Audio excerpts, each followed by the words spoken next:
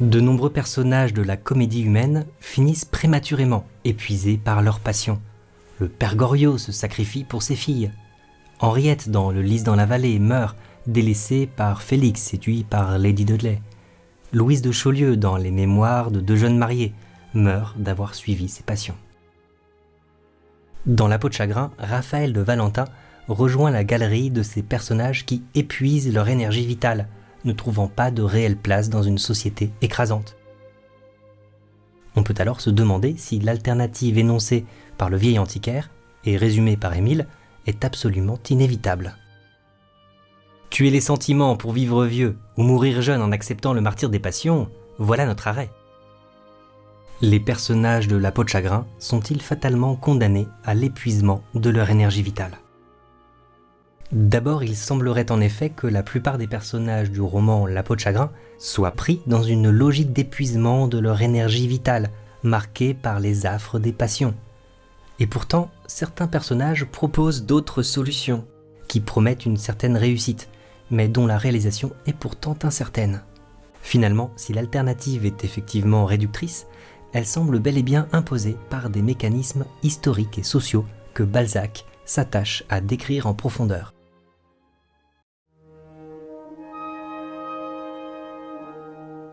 Le personnage principal, Raphaël de Valentin, semble bien voué à une mort certaine dès le début du roman. Certains éléments nous le présentent même comme un homme déjà mort. La salle de jeu où il entre fait déjà penser aux enfers. Même face au portrait du Christ dans la boutique de l'antiquaire, ses pensées de suicide lui donnent la certitude d'un destin fatal. « Eh bien, il va falloir mourir !» s'écria le jeune homme qui sortait d'une rêverie dont la dernière pensée l'avait ramené vers sa fatale destinée, en le faisant descendre par d'insensibles déductions d'une dernière espérance à laquelle il s'était attaché. La découverte de la peau de chagrin va-t-elle le sauver ? Au contraire, le vieil antiquaire fait tout de suite remarquer que ce pacte ne fait que retarder son suicide. Plus tard, quand Raphaël comprend que la peau de chagrin rétrécit, son visage devient pratiquement celui d'un mort. Une horrible pâleur dessina tous les muscles de la figure flétrie de cet héritier. Ses traits se contractèrent, les saillies de son visage blanchirent, les creux devinrent sombres, le masque fut livide, et les yeux se fixèrent. Il voyait la mort. La plupart des personnages qui entourent Raphaël épuisent leur énergie vitale comme lui. Ses amis, qui se disent voués à Méphistophélès, les convives de Taillefer, sont usés par la débauche. Un rire satanique s'éleva lorsque Taillefer, entendant le râle sourd de ses hôtes, essaya de les saluer par une grimace. Le tableau fut complet. C'était le réveil de la débauche quand, de ses mains fortes, elle a pressé tous les fruits de la vie. Vous eussiez dit la mort souriante au milieu d'une famille pestiférée. Les deux prostituées qu'il rencontre chez Taillefer représentent bien les deux types de convives, ceux qui ont fait ce choix par désespoir, comme Aquilina, dont l'amant a été guillotiné, et ceux qui sont là par absence d'âme, comme Euphrasie. Aquilina mia, jamais tu n'as eu tant de raison au milieu de tes désespoirs. Oui, tout ce qui brille ne va bien qu'à la jeunesse. Le temps seul pourrait avoir raison contre nos folies, mais le bonheur nous absout. N'ai-je pas raison ? J'aime mieux mourir de plaisir que de maladie. On peut imaginer que cette logique d'épuisement ne concerne que la débauche, mais dans plusieurs passages du roman, elle semble devoir toucher toute activité humaine et toute civilisation. Les objets décrits dans les salles de la boutique d'antiquité témoignent de cette destruction des civilisations. Les merveilles, dont l'aspect venait de présenter au jeune homme toute la création connue, mirent dans son âme l'abattement que produit chez le philosophe la vue scientifique de créations inconnues. Il souhaita plus vivement que jamais de mourir. Ce destin des civilisations du passé, Balzac semble le déceler dans sa propre société, celle de la France du XIXe siècle ayant subi de nombreux bouleversements qui ont mis à mal l'ordre ancien, reposant sur la monarchie et la religion. Balzac semble convaincu qu'il appartient à une société déjà ruinée par la décadence. Entre les tristes plaisanteries dites par ces enfants de la Révolution à la naissance d'un journal et les propos tenus par de joyeux buveurs à la naissance de Gargantua, se trouvait tout l'abîme qui sépare le XIXe siècle du XVIe. Celui-ci apprêtait une destruction en riant. Le nôtre riait au milieu des ruines. Mais dans ce contexte, plusieurs stratégies sont proposées par divers personnages qui permettrait peut-être d'échapper ou du moins de détourner cet épuisement de l'énergie vitale. Mais on peut en même temps se demander si ces différentes philosophies de vie sont parfaitement convaincantes.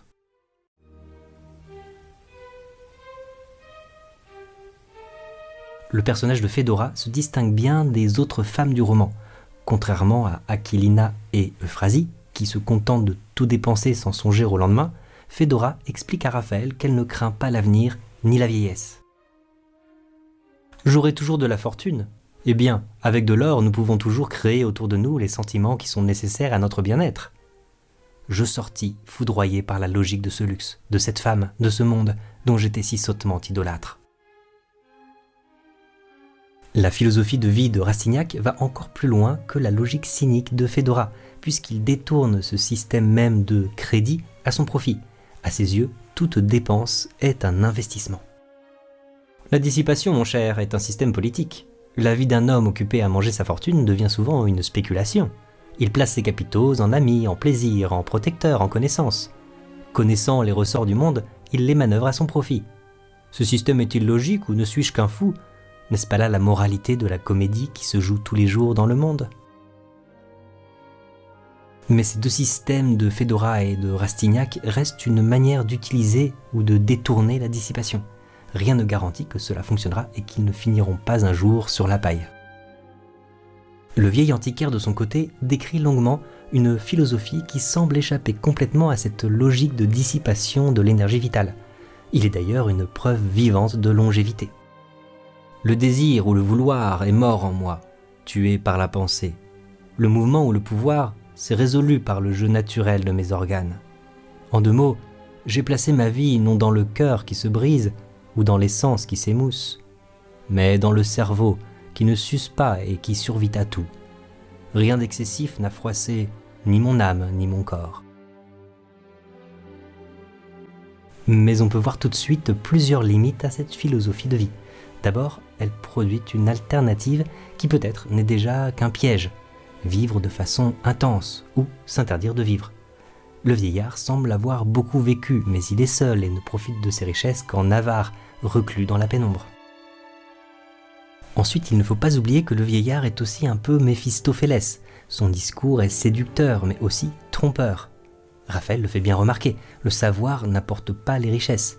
Et si l'étude protège des fatigues du monde, ce n'est certainement pas le cas des longs voyages qu'il prétend avoir accomplis. Le point commun de toutes les postures proposées jusqu'ici, c'est qu'elles participent d'une logique parfaitement égoïste. L'antiquaire lui-même reconnaît que le savoir est un plaisir d'avare. Il est intéressant d'ailleurs de remarquer que tous les souhaits de Raphaël, même celui qu'il formule pour son maître Porriquet, sont en fait des souhaits égoïstes, qui font se rétrécir la peau de chagrin. Un seul vœu échappe à cette fatalité, c'est celui d'être aimé de Pauline. Et si l'on réfléchit bien, l'amour de Pauline précède le pacte, et son héritage à elle n'est pas le fruit d'un souhait. Raphaël, s'interdisant de l'aimer, s'est peut-être privé d'une vie heureuse, déjouant la fatalité d'un destin tragique. Victime non pas de la fatalité, mais d'un mauvais choix, la peau de chagrin prive Raphaël de sa vie juste avant son mariage. Mais encore ici, ce qui empêche Raphaël d'aimer Pauline, ce sont les contraintes et les vanités de la société. Tout se passe dans ce roman comme si le poids de la société était la véritable force tragique dépassant et écrasant les personnages.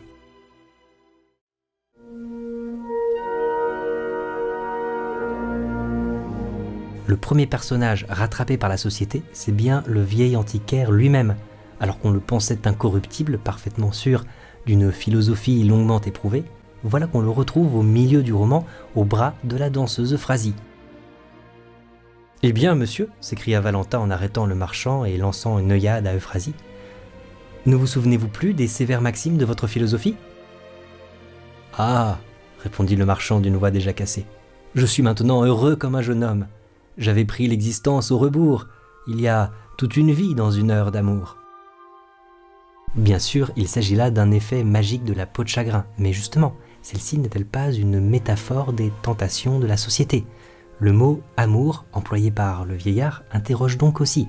Est-ce qu'il ne s'agit pas encore d'une passion dévorante plutôt que d'un véritable amour ? On l'a vu précédemment, l'amour de Pauline peut ressembler à une échappatoire possible pour Raphaël, mais plusieurs indices laissent penser que cet amour n'est pas véritablement envisageable. D'abord parce que le personnage de Pauline est au fond peu vraisemblable et tient plutôt du conte de fées. Son père a disparu et revient soudainement avec un héritage et laisse Pauline entièrement libre d'en disposer. Censée s'associer à la pureté du lait, des bougies, des anges, Pauline n'est peut-être en réalité qu'un idéal inatteignable. Ensuite parce que l'amour avec Pauline a un caractère étrangement incestueux. Peau d'âne, c'est l'histoire d'une fille échappant à la convoitise de son propre père.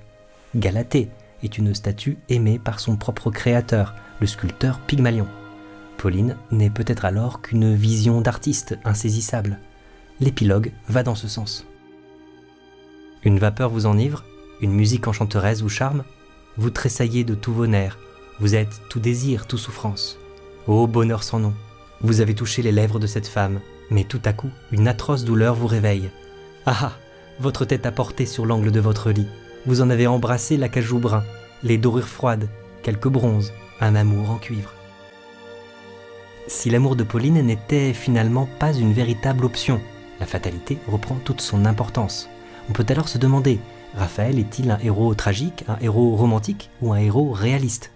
On dirait qu'il appartient un peu aux trois types à la fois. Héros tragique, il est écrasé par un destin qui le dépasse. Certes, il signe un pacte avec la peau de chagrin, mais on devine qu'en réalité, cette décision suicidaire est bien plus ancienne. Aveugle à bien des égards, il n'est pas tout à fait innocent, mais il n'est pas tout à fait coupable non plus. Mais Raphaël possède aussi quelques traits du héros romantique. On ne sait quel génie intérieur en fait un être d'exception. Orgueilleux, ambitieux, farouchement attaché à son nom et à ses valeurs, ce sont justement ces qualités qui le rendent inapte à la société et qui précipitent son malheur. Mais Raphaël de Valentin est aussi un héros réaliste, dans le sens où les forces qui le dépassent ne sont pas divines, mais historiques et sociales. Il est déterminé par un passé extrêmement lourd, héritier d'une aristocratie ruinée et balayée par les crises successives de l'Ancien Régime. Il fait partie de ces personnages victimes d'une société que Balzac s'apprête à décrire en détail et sans concession.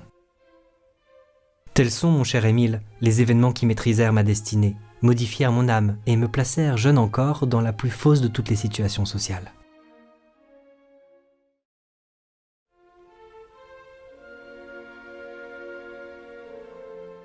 La plupart des personnages de La peau de chagrin sont pris dans cette alternative qui revient constamment, vivre sans passion ou mourir. Balzac fait le constat d'une société décadente où le seul système qui fonctionne se trouve dans le cynisme et la dissipation, et laisse peu de place à la sagesse, aux vertus, à la stabilité. Même le vieil antiquaire et sa philosophie du savoir est mise en échec par cette logique de dissipation qui parcourt toute la société. Pourtant, Balzac insiste sur ces autres valeurs, battues en brèche par le monde qui l'entoure.